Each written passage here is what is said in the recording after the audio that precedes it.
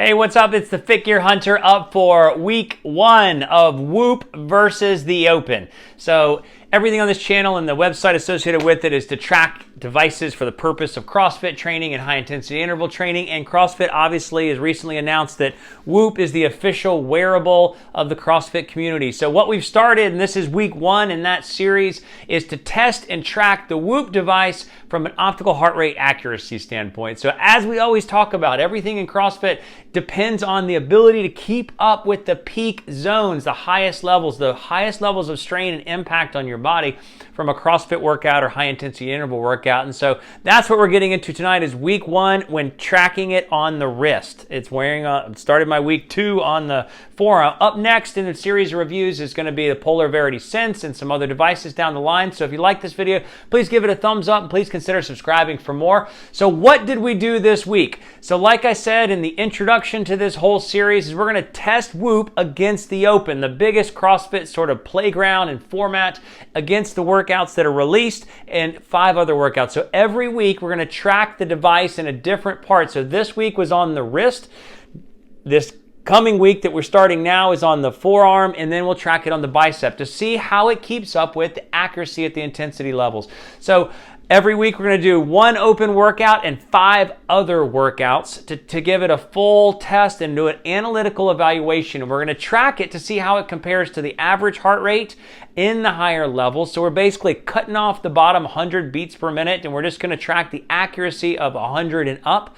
We're going to track it on the zone 5. So you're 90 to 100% of intensity. How much, how accurate is it in tracking the amount of time spent in zone 5 and in zone 4 and 5? So you're 80% and up to your max peak.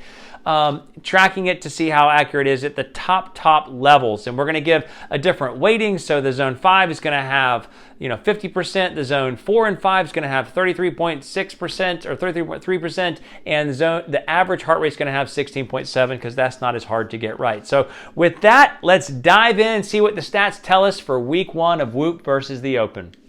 And before I forget, over these 3 weeks, we're just tracking heart rate accuracy. We just want to see, can it live up to a CrossFit workout, which is fundamentally the most important thing for a CrossFit-based wearable. So we're going to always track it against the H10 chest strap. That's the primary tracking. That's where all the stats are going to be driven from. And I'm also just wearing the Verity Sense because I'm testing it right now. So maybe we'll give some tidbits of information along the way with that. So with that, let's dive in. All right, so we look at a series of workouts. This is the first workout. Obviously, you can see on the bottom of all these Whoop pages, the average heart rate, 130, and then you're going to see in the top right the average heart rate on the chest strap, 151.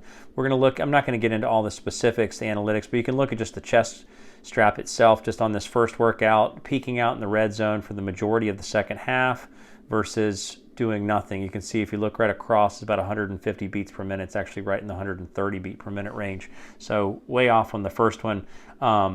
This is the Verity Sense. So if you think, okay, well maybe it's just all optical, or Verity Sense on the bicep was basically a mirror image.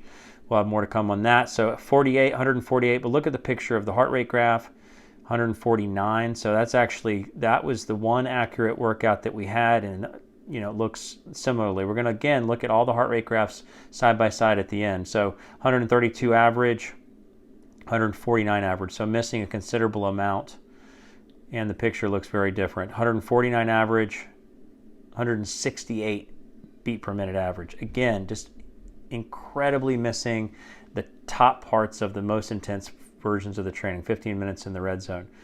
126 on the bottom, 126 average heart rate, 138. So again, missing.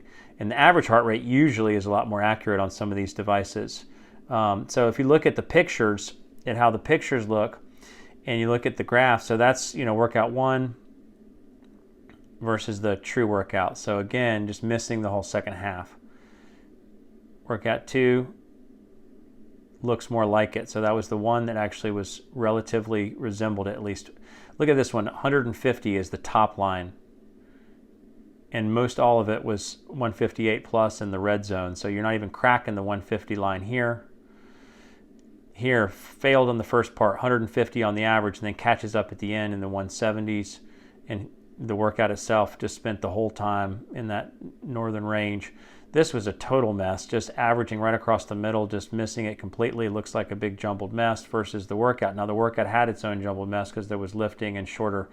There's like a every 2 minutes on the minute and then a 1 minute on the minute, but it just doesn't look at all like the chart should look. So these are the stats. So if you track it and you chop off the bottom 100 beats per minute and you only track the accuracy above 100 beats per minute on the average, the zone 5 is just how much pure time you spent in zone 5 and in zone 4 and 5. You had to extrapolate a lot of this data out of the Whoop app online because they don't just provide it directly. But the green is an A, the yellow is a B, the neutral is like a C and a D, the red is an F, and the dark red is an F minus. So you see two little splashes of green and you see a whole lot of red. You look at those average, so what's the grand conclusion? Look at this, 74% accurate in the average heart rate, 23% accurate in the zone 5, and 65% accurate in zone 4 and 5 together. Final score, 46% accurate. So 46% accurate is low. Definitely one of the lowest. I have just point out a couple things that I am really liking. I'm liking that it is sort of tracking the recovery pretty spot on. So a bad night of sleep last night, a terrible night of sleep the night before, and then actually had a great night of sleep the night before that. So it's actually pretty spot on when it comes to how recovery and sleep tie together and the heart rate variability. So it's given me a much lower score. That was actually appropriate. The 22% versus Garmin, I think that gave me 50% or something like that. So we'll continue to track those things. Let's talk about the heart rate accuracy and come back together. Whoa, that is not good. 46% accurate. 46%, that is a low F. So missing the whole top portion, the whole most essential, most intense moments, 54%, missing more than it's getting. So it's missing more than it's getting right, unfortunately, when it comes to the optical heart rate sensor when worn on the wrist. That means that my strain score is possibly half of what it should be at the end of the day, or based on each individual workout. So that is a must. So stop right there. If you own a Whoop and you do CrossFit or high intensity interval training, do not wear it on the wrist, or you are potentially cutting out half of your tracking. And the Whoop is primarily based on tracking the intensity of your workout and the day on your body. Now, I think the optical heart rate metrics are fine when just worn throughout the day on the wrist, but do not wear it on your wrist when you're doing a workout if you want accurate strain scores, which obviously ties into how much recovery you need, and all that ties into everything else.